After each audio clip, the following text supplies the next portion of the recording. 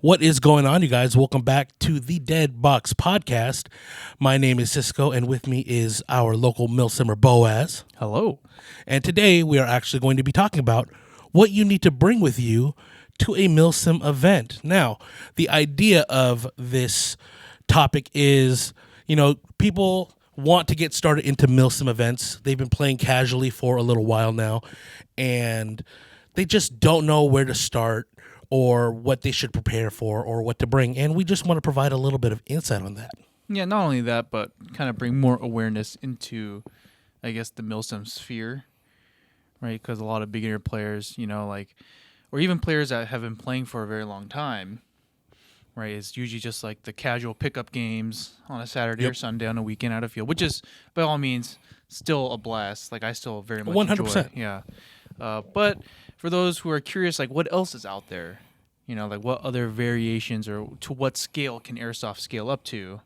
Yeah, definitely Milsim is the kind of event for you. I'm going to take this off. But yeah, I just wore this helmet because, Milsim.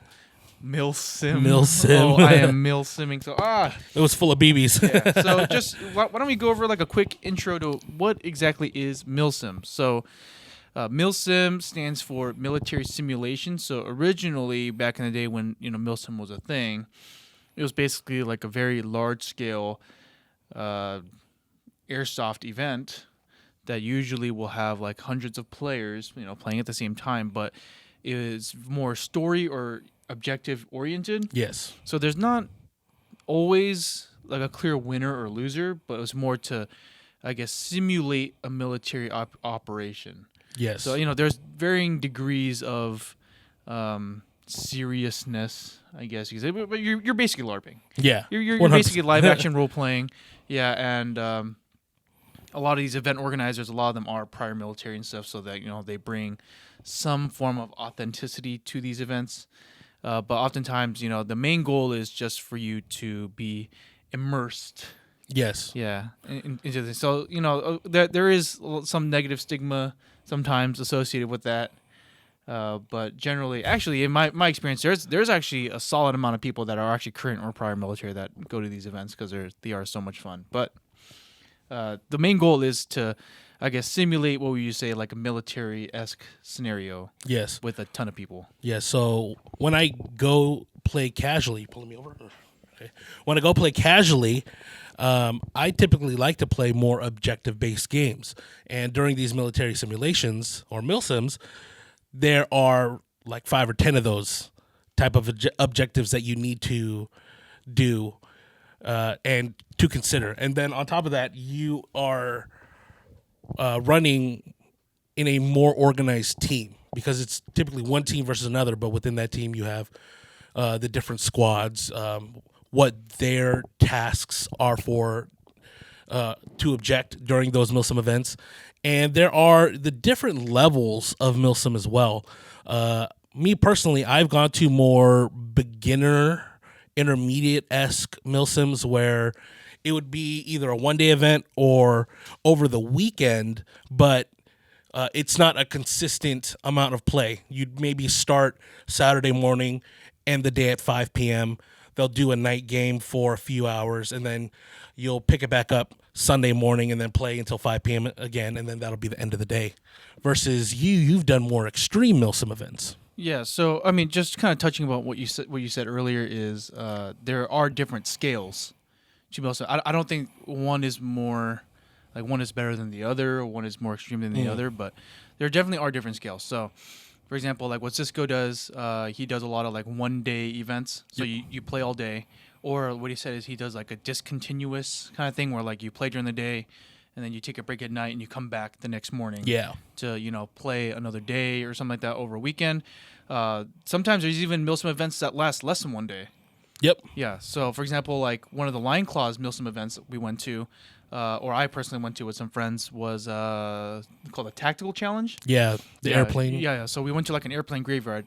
Freaking amazing! It was a childhood dream of mine. I was growing up watching videos of people playing airsoft inside that graveyard, and I was like, man, one day I want to be there. Yep. I want to learn how to shoot people inside airplane. Okay, that sounded really bad. Okay, I want to play airsoft inside of an airplane. It sounds super cool, Like, yep. I was all for it, especially when like Rainbow Six Siege came out. There was like a Boeing 747 map that you can play on, and I was like, oh, I was so hyped. It's my favorite map. But yeah, and I finally got to do it, and that event only took place from like I think like 8:30 in the morning all the way to like 2 in the afternoon. Oh, yeah. But that was still a Milsim event. So I think there's definitely a differentiation between what we would call like a large scale event versus a Milsim event. Yes. So some of the defining factors, and again, these are all just very loose terms. There's no like official classification, but personally for me, the way that I would like differentiate an all-day event versus, let's say a Milsim event is number one, like you said, right? Lots of objectives. Yep. So it's objective and scenario-based gameplay. Generally, with all-day events, most of the time you will just play all day. So like it's just nonstop. Just I guess you would say Action. Yeah. Right? Yeah. So everyone's just running around, just shooting each other as fast as possible, all day. Most of these big events, they still will require some form of like color code or some kind of like uniform requirement. But with Milsim events, they're a lot more stricter. So, for example, like with BB Wars, right? We usually just do what, like tan versus like black or something. Recently, it's been more PMC contractor civilian style versus all camo. Yeah. So those are very broad, loose terms. But what you'll see in a lot of Milsim events is they will be more particular about the camo that you can wear and what you can't, or colors you can't wear. Yep. So sometimes they'll do like, okay, so multicam versus I don't know, like some Russian camo, or like multicam versus woodland, or like, so it's basically stuff like that. So they're more like, I guess, uniform in their dress code, I guess. Yes. Well, not even that. Just some of them that I've seen, they're even very particular on the type of gun that you use on the team that you use. Like if you're running a NATO or running on a NATO team, you need an M4 and then a specific sidearm or one of the specific sidearms. You can't just be, running like some AK with like a CZP-09 because that wasn't issued in that classification, right? Yep. And I know some other larger Milsim franchises out there, like American Milsim. They just do like tan versus like OD or whatever, and then certain camos classify under that. I know Desert Fox does that, but definitely what I would kind of differentiate again is like they're like a lot of these Milsim events that I would consider Milsim. They first of all, they do have stricter uniform. Like even the desert, not the Mojave airplane graveyard event I went to for Lion Claws, we all still had to. There was no real camo requirement, but we were still required to have some semblance of like uniform within our each squad. Okay. So you can wear whatever camo pattern, whatever color you want, but all of you guys have to look the same. Yeah. So like you couldn't be wearing woodland if the rest of your team was wearing multicam. Yeah. Okay. That, and then on top of that, I think one other defining feature is Milsim versus like a large scale event is one thing is like kind of like nonstop like running of the game. Yes. So whether it's for a day or for a whole course of the weekend, the game never stops. There's no like lunch break. Yeah. There's no like, there's no like if it's a multi-day event, it's like, okay, time for you guys to go home and go to sleep or whatever. The game runs nonstop because they're trying to simulate an actual military operation, so anything can happen anytime, and usually there's like some kind of like strategic objective that is that is very, very like stressed. So I would say I've been to both large scale events and Milsim events, and I will say no matter the scale, like it sounds really hardcore to like be in a Milsim operation or Milsim event for a whole weekend. It does sound super hardcore, but actually I would say it's not. I would say actually the all day events are more hardcore than the large scale events are actually more hardcore than the Milsim events. Really? Yeah, and the reason being is because like so I've been to BB Wars. Yep. Yeah, like back when I was promoted to customer a long time ago. Yeah, so I think the last BB Wars event I went to was at the Rockahula Water Park. Nice. The abandoned water park. That place was amazing. That's one that I never got to go to. Yeah.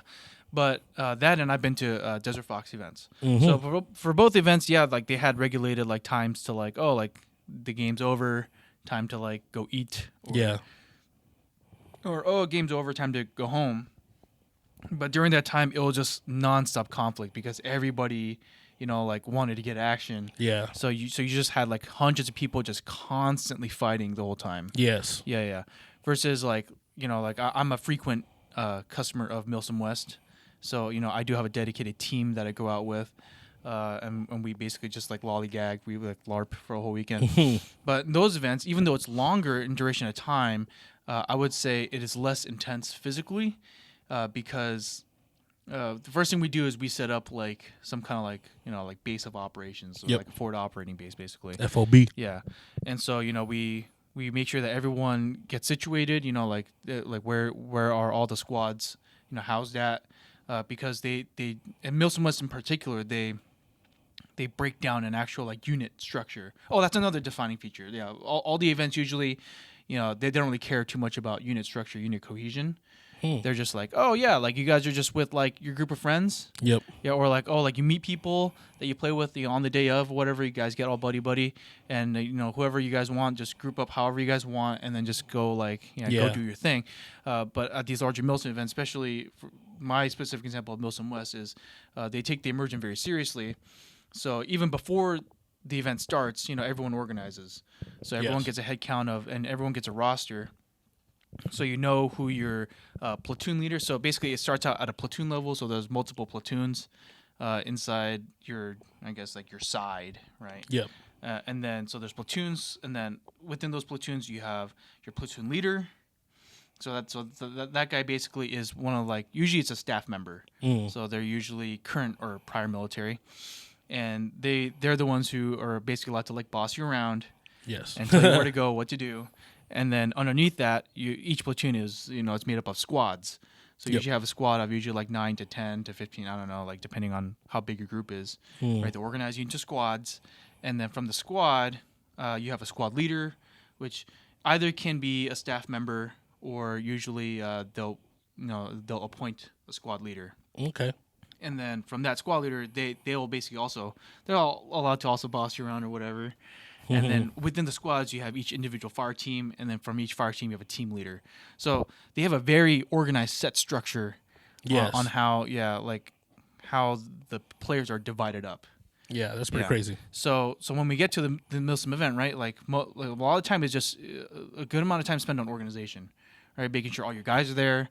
Like, are they housed where they need to be housed? Like how does like the water supply look? How does the food supply look? Because it's a 3-day event, like you're gonna need to bring your own food and water. Yes. Yeah. So they do that, and then they make sure that and then they have actually staff members going around for your own safety, right? For your own safety, they make sure they check your bags and everything you pack to make sure you have enough food and water. Because there have been actual medical incidents that's happened in the past where like, someone doesn't pack enough. It's not that they didn't pack enough, but they just don't, because like they don't eat or drink, because they're so hyped to be in a Milsim event. And, like there were some really crazy, insane moments, which like I straight up thought I was in a Call of Duty game. It was so cool. But because of all that, right? Because of like all the adrenaline you're getting, all the excitement, the hype you're getting for it, like you forget to drink water and you forget to eat food. Yep. And so and especially like when you're out in these like remote areas, like the climate is different. Yep. The weather is different. The temperature is different. So like your body is constantly under a lot of stress, like more stress than you normally would think. So sometimes like, especially the younger players, and people that like haven't been really outside of their hometown or wherever they live very often, like sometimes they'll end up getting dehydrated. Yeah. Or they end up like being super hungry and like about to like pass out, and, stuff like that. So a lot of it is actually organization. And then once you do that, they give you a set of dedicated tasks so everyone has a job.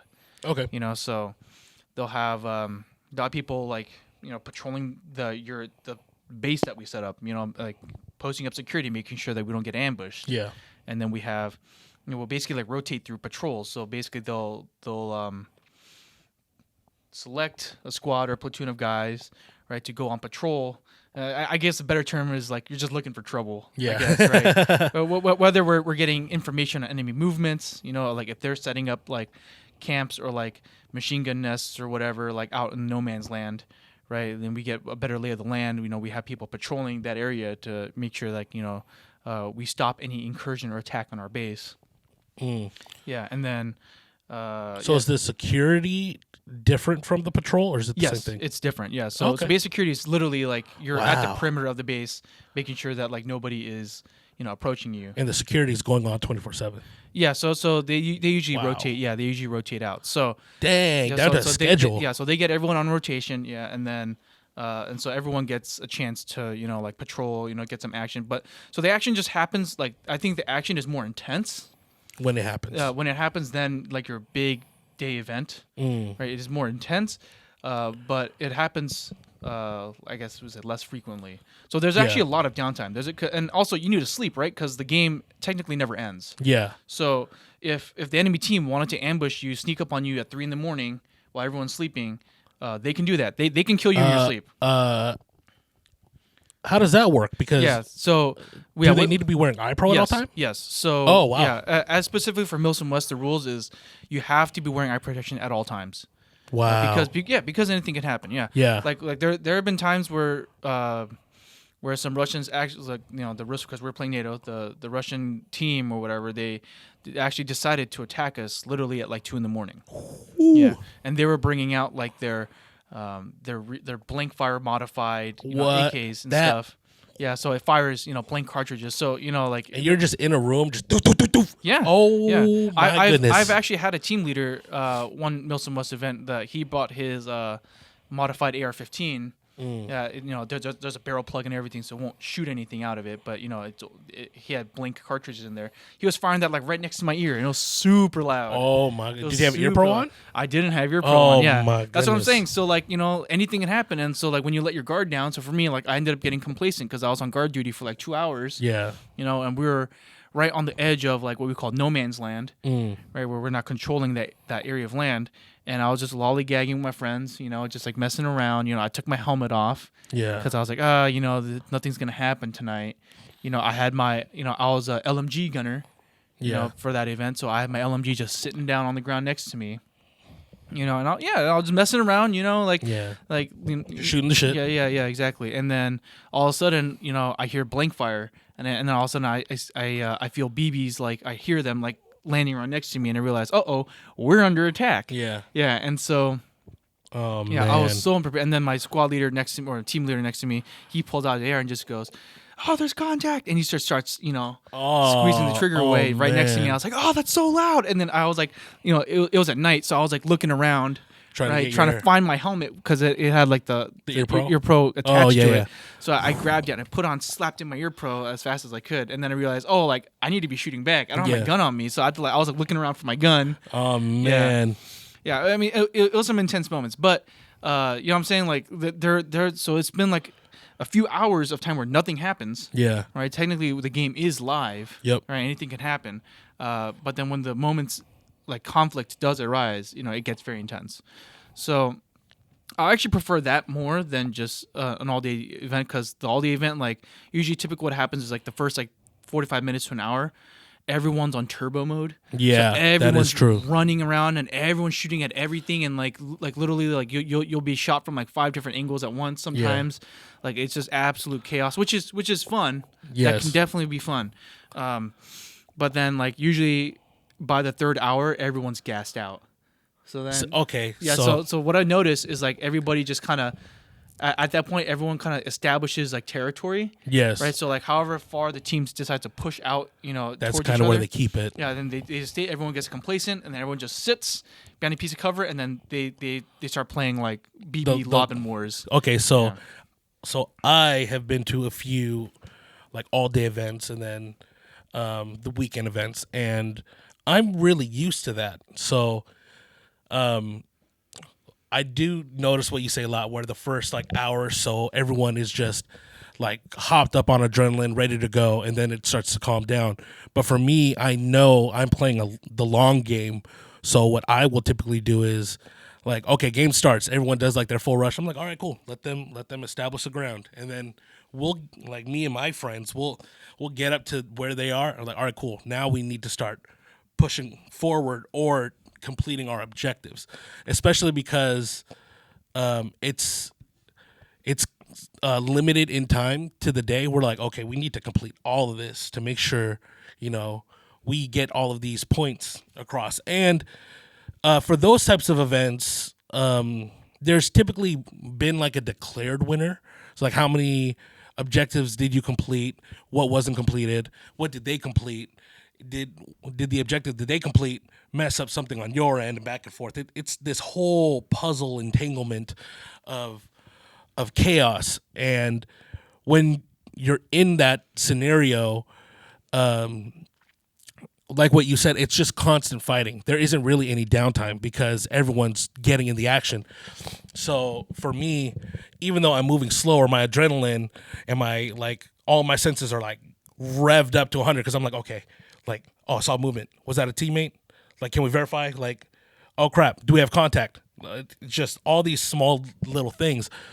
But I would say it's a lot of fun. I haven't gotten to experience a consistent weekend of play, and Boaz and I have been talking about it. I do want to get out to one of them eventually because it does sound like a lot of fun. Because it's just you're playing with the friends, like you're out with the boys or the girls, and you're just having fun doing the same thing, and everyone's in the same mindset of having the same fun. Yeah, right? so I would equate a lot of these weekend events. Like I kind of equate it more towards like camping. Yeah. So okay. you're basically camping with airsoft guns, and then occasionally you'll get into a gunfight. And I mean, I prefer that more than just constantly just like fighting because, or constantly like slinging BBs at each other because you have that rest period for a reason. If you're tired, you can take a nap. Yeah. If you're thirsty, get some water. If you're hungry, eat. And then also, that gives you time to be like, okay, well now, the attack, we're not being attacked right now. Like, what can we do to stir the pot? Okay. So sometimes we'll get back from the gunfight. Okay, so like this is the lay of the land over here. Yeah. Right. And so like how can we maneuver around this obstacle, or like how do we flank the enemy next time around? Okay. Or even down to the smaller things, right? At like a squad or fire team level for us is especially for like rolling with a bunch of new guys that like my team is not like really familiar with.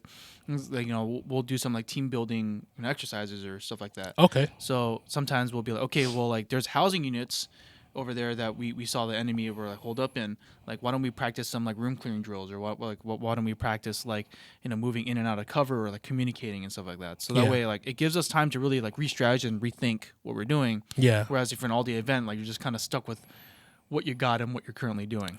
Honestly, true. So for me, the way that I prepare for the shorter 1-day events is I think of it as an extended day of airsoft where I'm not going to be able to go back to a car after the round and reload. So I'm thinking I got to carry 12 magazines, at least 10. I have to have my sidearm. I have to have mags for that.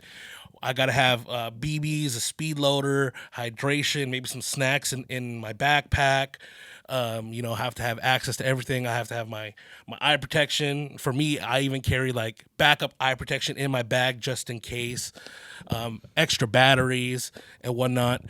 And again, it's just like, okay, once I go out to play, everything that I have on me is what I have. That's it. But for you, because you guys set up a base of operations, do you find yourself carrying like all the extra gear? Because I've seen your. Oh yeah. Really? Like even when you go out on patrol, do you carry like? Oh no. Like, do you carry like hydration on your back and yeah, like all that? Yeah. No. Okay. Yeah. So I'm glad that you actually say that. So I'm pretty sure you guys like heard the old saying like within the.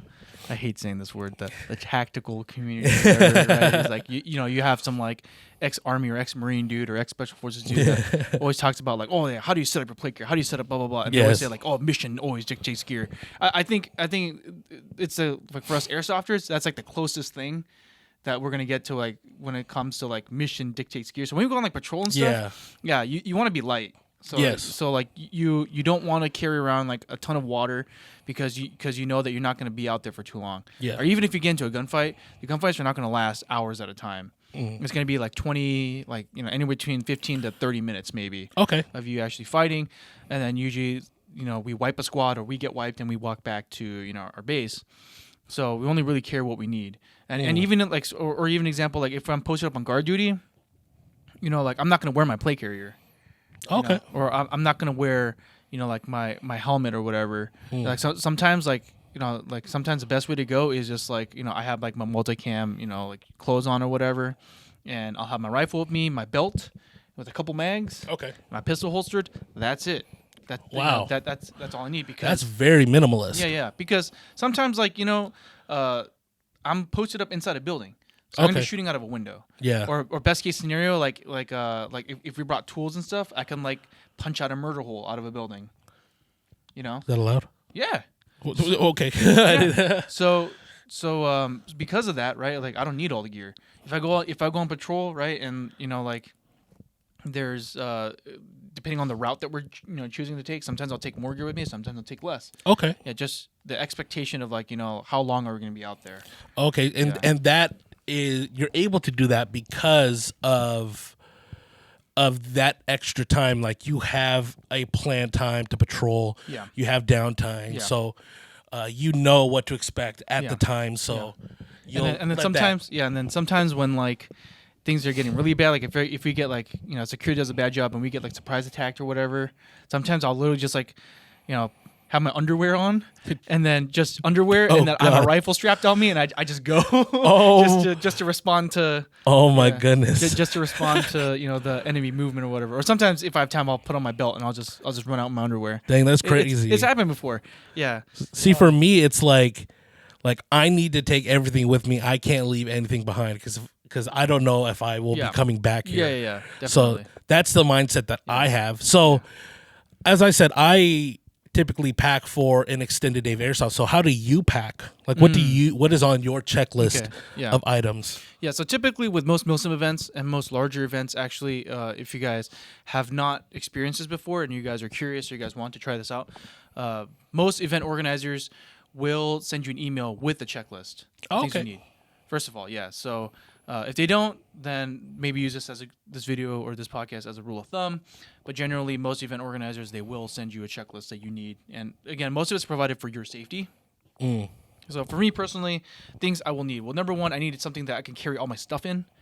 Okay. So usually people will bring like a rucksack. So something that has not just a big backpack, but something with an actual rigid support structure in the back. So keep it upright all the time so it doesn't, stuff doesn't flop around. Yep. And stuff with like actual like weight redistribution. Actually, a really useful one, guys, if you guys are looking into rucksacks and stuff. I know you can get really Gucci with it, or you can go like the military surplus route, which, by the way, I've had friends who bought military surplus rucksacks and they've got destroyed. Like, yeah, not even while they were playing, but literally when they're carrying their gear to the location, it broke. Yeah, and so sometimes military surplus, it's surplus for a reason. Yeah, it's for sure. For a reason. But for me and my team, we bring out. I think Amazon sells 25 or 30 liter rucksack. Really? Yeah, it's black and OD green, so it's tasteful. It doesn't scream like red or like like a hiking backpack. Like a hiking bag. Yeah, so it's pretty low key, and it holds everything I need. So first thing I pack in my rucksack is a sleeping bag. Sleeping bag and a sleeping mat, because a lot of times we're going to be sleeping on the floor, or we're going to be sleeping. I don't want to say outside, but you're going to be sleeping on the floor. Yeah. And so you're going to need a sleeping mat, like either a piece of foam or something. You don't want to sleep directly on the ground. Like that's actually not good for you. That, and also you're going to get very cold. Because the ground at night, when it gets colder, right, the ground is like a heat sink. Yep. So you're transferring all your heat into the ground. Oh, yeah. Yeah, so you're going to get very cold. So you need something to separate yourself from the actual ground. Some people bring cots. I generally don't want to, because that's more weight for me to carry. So I just bring a sleeping mat, sleeping bag. I have a military surplus like sleeping bag that I found that is like pretty thin, but also keeps you really warm. Okay. So I have that. That's the first thing that goes in. Next thing that I bring with me is water. Nice. So a lot of required, even for regular gameplay. It is required. Milsim West, they will issue you water, but that's more for like in-game use. Okay. I think it's very smart what they do to like purposely keep you hydrated on the field, but you still will need your own water. So I generally bring like a gallon jug of water. That's usually good enough for me. And then after that, you need food. Obviously, because you don't want to be hungry. Most people, they'll buy MREs and stuff, like actual military surplus stuff. I found, in my experience, it just makes me really constipated and it sucks. Yeah. I don't mind the taste of MREs, but it does suck because it constipates you. So generally, what I'll do is I'll actually go to Walmart and buy like canned chili. Oh, really? Yeah, chili is one of my favorites because it's not Like Campbell's? Yeah. Because it's or Hornell's chili. Okay. Yeah, no beans though. No beans. Beans gives you the poo poo. Okay. Yeah. So, I'm trying to do as little of that as possible while I'm out there. So Hornell's chili is pretty good because it has a protein which you need. Yep. It has a sodium that you need because you're gonna be sweating a lot. And what else? And it has some form of vegetable in it. So it's fairly balanced. It's fairly balanced, and like, I mean, I like chili, so you know, I'll bring that out with me. So I'll good enough supply chili, and then one thing that I really like is in Walmart they have these Mountain House MREs. Oh, a little bit better. Yeah. Yeah, you just add pour the boiling water. Yeah. And my favorite is the chicken and dumplings. That one's like my personal favorite. If you're looking for any recommendations, Walmart Mountain House MREs. Chicken and dumplings specifically. Yeah. I can't speak on the rest. I just tried someone's Mountain House chicken and dumplings once at a Milsim West, and I was like, yo, this thing's fire. So I bring that out with me. Yeah, those are the freeze-dried ones. Yeah, so in addition to water, also bring some Gatorade. Just because sometimes you might need the electrolytes. Yeah. Because depending on how the weather is, whether it's really hot or really cold, you'll expend a lot more of the electrolytes while you're out there. What else do I bring? Sometimes I bring ravioli. Chef Boyardee. Chef Boyardee, you know. Call sign chef right here. Yeah, exactly. Yeah. Ravioli. What's in the pocket-oli? So, yeah. But you know, it's easy to eat food. I think the problem is a lot of people with the MREs, they'll bring the whole kit with them. So they have a ton of pouches and a ton of stuff, and it's just messy. Yeah. You know, typically what I see a lot of more experienced people doing is they'll just bring just the meal pouch. You know, okay. With MRE. Yeah. So in the same sense, simple as me, like what I like to do is I just try to keep things simple. Yeah. Try not to like kit out too much like meal stuff or whatever. So I just, you know, like I just bring like a can of chili or like per meal or like a thing of chicken and dumplings. And one thing I've noticed is in the past I overpack food. Okay. But I typically notice that I only really eat once or twice a day when I'm out there, and then after that I'll usually if I have room, I'll do some quality of life food. So quality of life food. So stuff that like will just not make your meal suck. Oh, okay. So sometimes I'll bring like a small bottle of hot sauce. Oh, you know, put in the chili or the chicken and dumplings or whatever I have. Sometimes I'll bring like those Jello like fruit cups because it has fruit in it. So some semblance of nutritional value. Yeah. Sometimes I'll bring candy. You know, it's like basically stuff that like I guess like a nice little pick me up. You know. Yeah. One thing that I want to bring, but sometimes I can't afford, is beef jerky. Beef jerky is great. Yeah, the protein is very good on that. And so that's as far as food goes. You know, I try to keep it as small as possible. After that, I bring a foldable shovel. You never know what you have to dig. Sometimes you will have to dig. And then sometimes I'll bring a screwdriver or a tarp. Okay. So basically, what you can do is because like a lot of the times if you go to like an urban style facility or a place to go play, a lot of like open holes, windows and stuff, and if it gets windy, you know, like you don't want to over ventilate your room. Yep. So sometimes like I'll bring screwdriver, and a tarp to basically kind of block out stuff. And then one last thing that I bring is camping stool. Camping stool is definitely you need that. Oh, and a trash bags. Yes. Trash bags you will need. So how do you heat up your food? Oh yeah, I do bring a little jet boiler thing. Oh, nice. Yeah, to heat it up. Sometimes I'm too lazy and I just won't do it. And you just eat it the way it is. Eat the ravioli cold. What a savage. Yeah.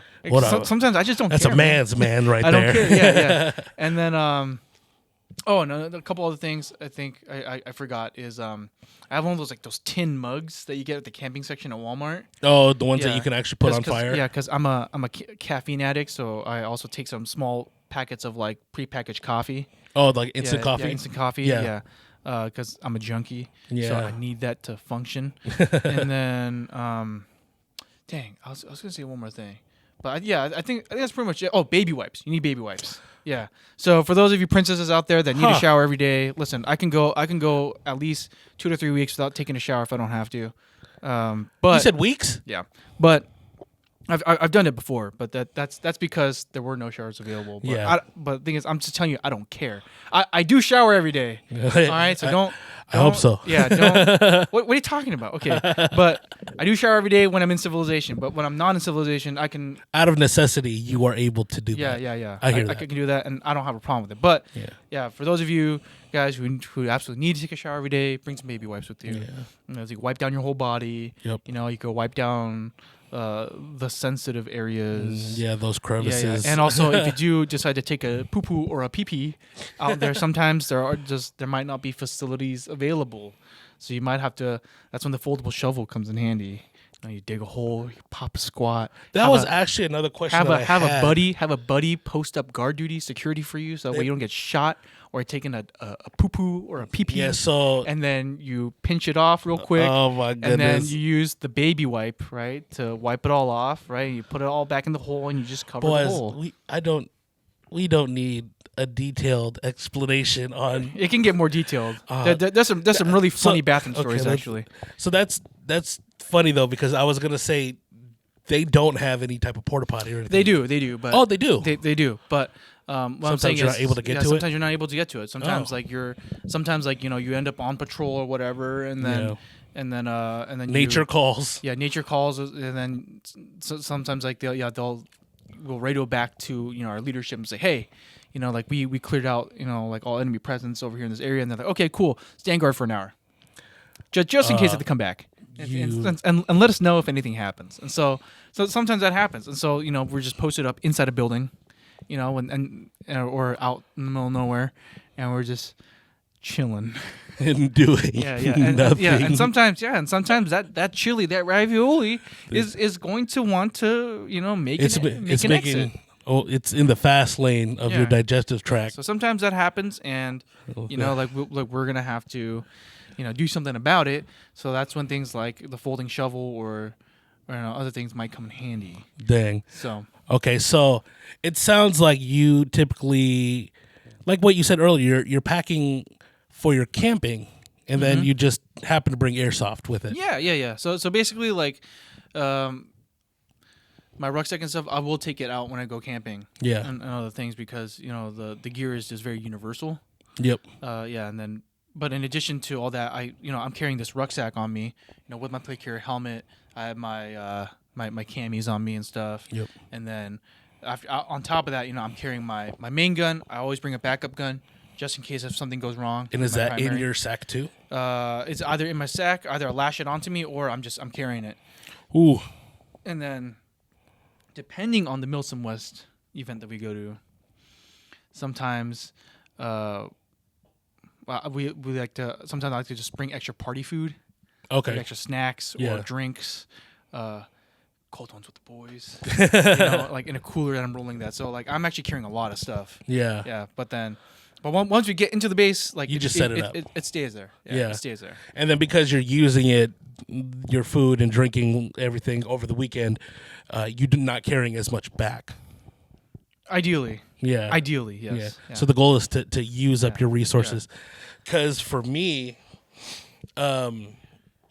like for at least gun's sake, you've seen me go to the field. I bring like at least 5 extra guns. Mm-hmm. So that's just in case worst case scenario happens for each gun. Like honestly, if by the third gun like is broken for me, I'm just gonna call it a day. I don't even bother going the rest of the route.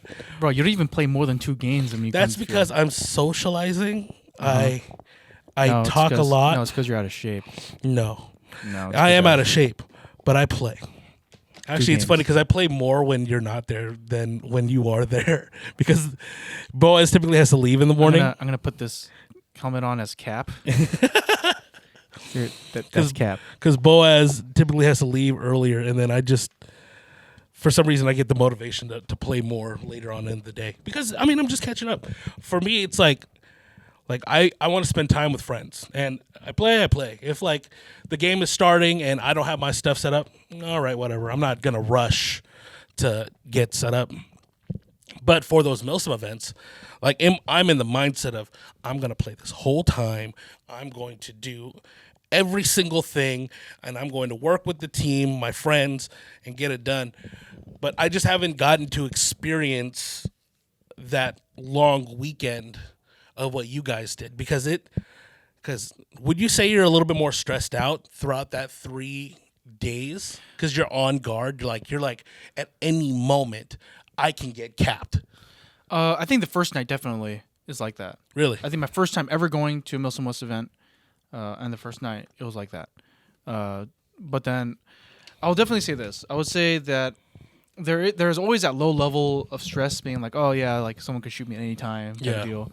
But eventually you kind of get used to it. But after a while, you just get really tired. So I'd say like resting is very important in these weekend events because you will be doing yourself a disservice if you're up every night and you're running around all the time, shooting everything. I don't know. Maybe you're just in incredible shape. I don't know. Maybe you're an Olympic You're just athlete a monster. that wants to LARP. Who knows? But I'm just saying, in my personal experience and from our team's experience, is making sure you actually get rest is very important because.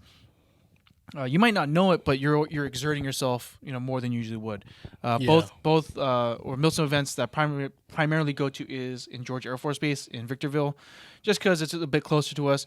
I have been out to another location out in Central California called Clovis, California. Isn't that a more up north? Yes, it's Central California. It's, it's not quite up there. Yeah, it's like near the Fresno area. Oh, okay. And that place, and both of those areas are actually drastically different climates than what we're used to here, like in the Los Angeles area. Yeah. So your body will be working extra hard because it's trying to adjust to that, and because you're adjusting to that physiologically, you're actually burning more calories. Yeah. But you just won't know it. And then also any kind of stress factor that happens, you're gonna be burning more calories. Yep. So because you're burning more calories, you need to be eating more, you need to be drinking more water, and also you need to be resting more. Yeah. So usually after the first night, what happens is my experience as primarily like a NATO-based Milsim West event goer, I would say that the first night usually has the most events, like it's the most eventful night. Usually we'll get a lot of harassment or like attack on our base once the game goes live. Yeah. So and also it's rumor has it that that is actually a legit strategy that the enemy team uses on us. Actually, it's a tried and true strategy where they try to keep you up all night. So they'll always send like small harassment waves at us, small attack waves at us to basically kind of keep us on our toes and have people stay up all night until in the morning we're all tired. Yeah. So and then they mess with you in the morning. Exactly. So because definitely like a lot of the people that been attached with us in our team that are like first time goers or whatever, or they're the first time ever doing Milsim West, they're always on edge first night because they'll see like flashlights kind of like moving out in the distance, and then they'll yell contact, and they wake up our entire housing unit up, and everyone, I'm in my underwear, with my rifle on me.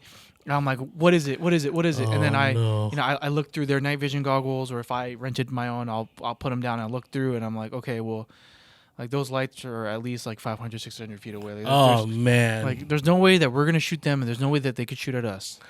How many times has that happened? Where it's a like lot, kind of like a false alarm. A lot, yeah. And so it does get very irritating. Yeah, especially if they're the ones on watch and you're trying to get some sleep. And so, I look through it and I say, listen, man, like, these guys are not going to attack. They're just trying to mess with you. Like, please don't yell contact until you actually see them moving towards us, right? And are receiving fire. Yeah, and receiving fire, okay? Like, people need to sleep. Yeah. And then, another hour goes by and I was like, contact. And, everyone gets up again. And then, I do the same thing. I look through, like someone's night vision or something. And I look in the distance and I just see like someone like walking or something like really far away. And I'm like, okay, dude, like that they're not attacking us. Yeah. Like it's not contact. Yeah.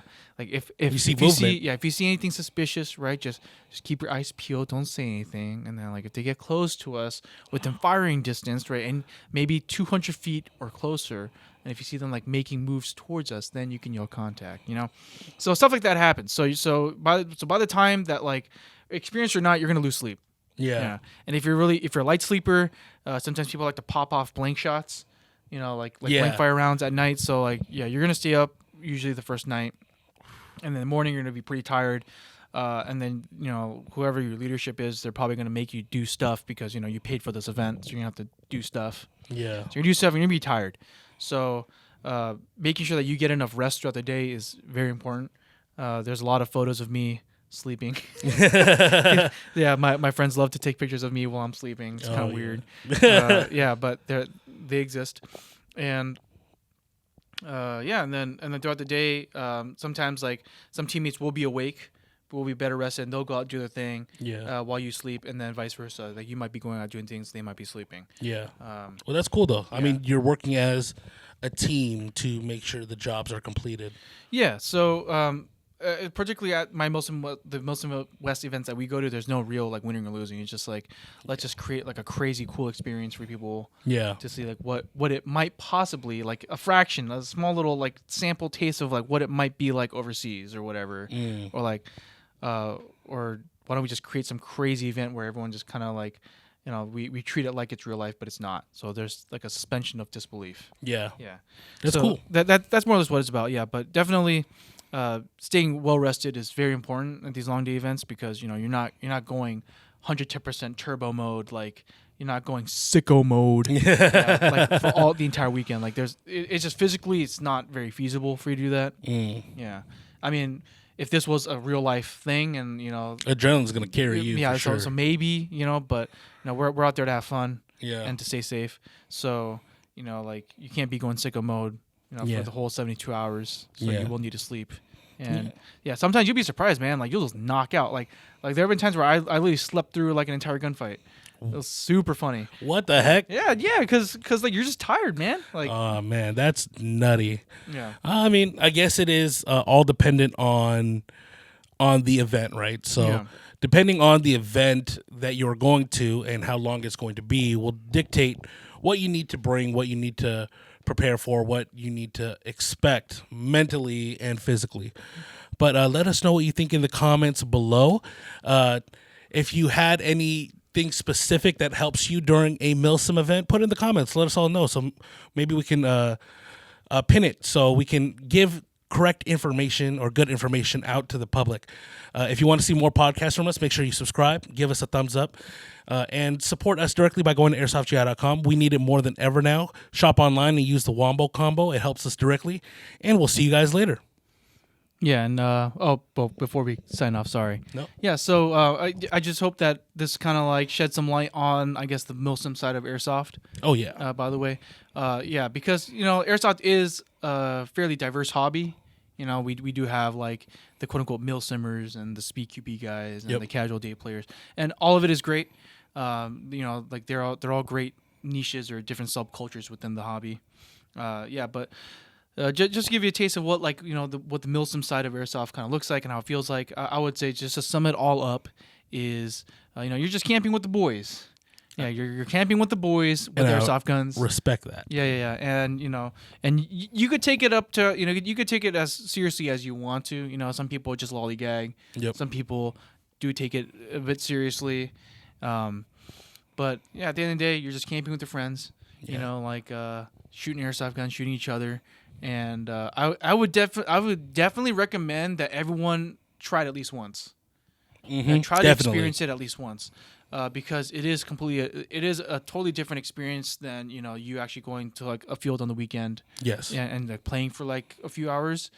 Definitely a whole different ball game, different animal. And for me, like once I went to one of those, I was hooked. Yeah. Yeah, I was like, oh yeah, because originally I was more of like a casual day player. Yep. Yeah. Up until I went to my first Milsim event, and then after that I was hooked. I get that. Yeah, because the experience is so much fun. It's so much fun. Yeah, so I would definitely recommend if you guys are curious about Milsim, or if you don't know anything about Milsim, or even if you dislike the Milsimmers on the field or whatnot. I don't think you should be, but if you do, I would still recommend that everyone try LARPing for a weekend at least once. It's super fun. At least one time, guys. Give it a shot. But all right, guys, thank you for tuning in, and we'll see you guys next time. Peace.